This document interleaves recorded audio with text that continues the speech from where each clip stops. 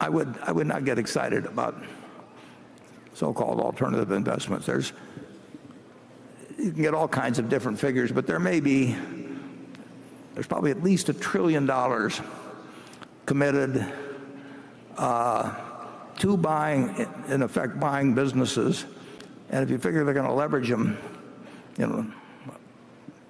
2 for 1 on that, you may have $3 trillion of buying power trying to buy businesses in the U.S. market, maybe something over 30 trillion now, but there's all kinds of businesses that aren't for sale in that thing. So the supply-demand situation for buying businesses privately and leveraging them up has changed dramatically from what it was 10 or 20 years ago. And I'm sure it doesn't happen with your Winnipeg operation, but we have seen a number of proposals from private equity funds where the returns are really not calculated in a manner that,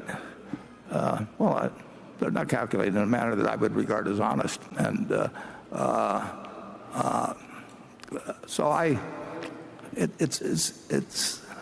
it's not something. If I were running a pension fund, I would be very careful about what was being offered to me.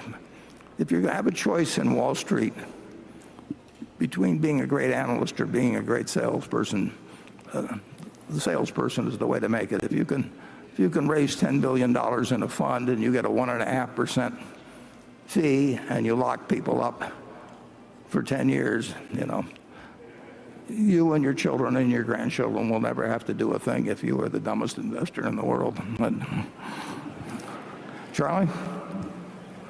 Well, I think what we're doing will work more safely than what he's doing. But I wish him well. Yeah, Brent, you sound like a guy that I would hope would be working for a public pension fund, because frankly, most of the institutional funds, we had this terrible right here in Omaha, and you can get a story of what happened with our Omaha Public Schools retirement fund, and they were doing fine, and until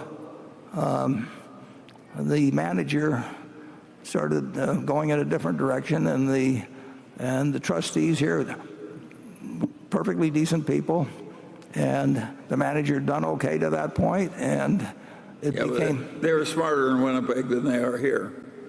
Yeah, well, that was pretty bad here.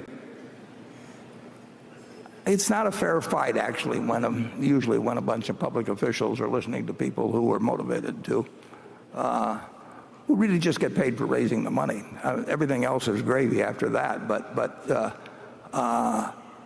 if you run a fund and you get even 1%, of $1 billion, you're getting $10 million a year coming in, and if you've got the money locked up for a long time, it's a very one-sided deal. And I told the story of asking the guy one time in the past, why in the world can you ask for 2 and 20 when you really haven't got any kind of evidence that you are going to do better with the money than you do in the index fund? And he said, well, that's because I can't get 3 and 30.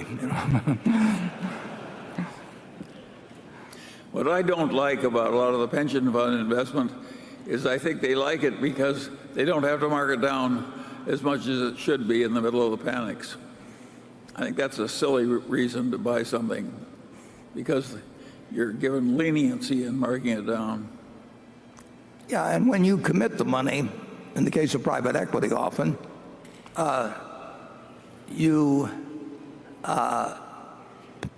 they don't take the money, but you pay a fee on the money that you've committed. And of course, you really have to have that money to come up with it at any time.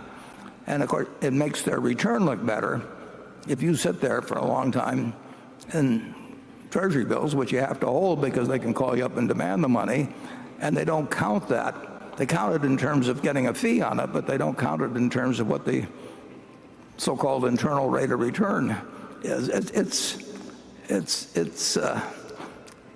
it's not as good as it looks, and I really do think that when you have a group sitting as a state pension fund, Warren, all they're doing is lying a little bit to make the money come in.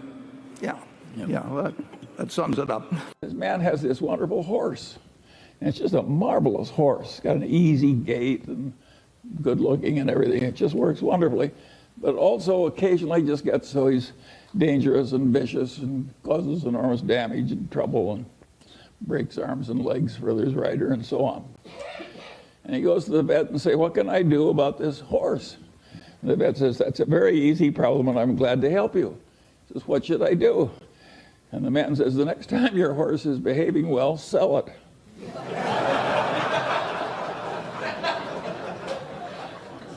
Well, think of how immoral that is.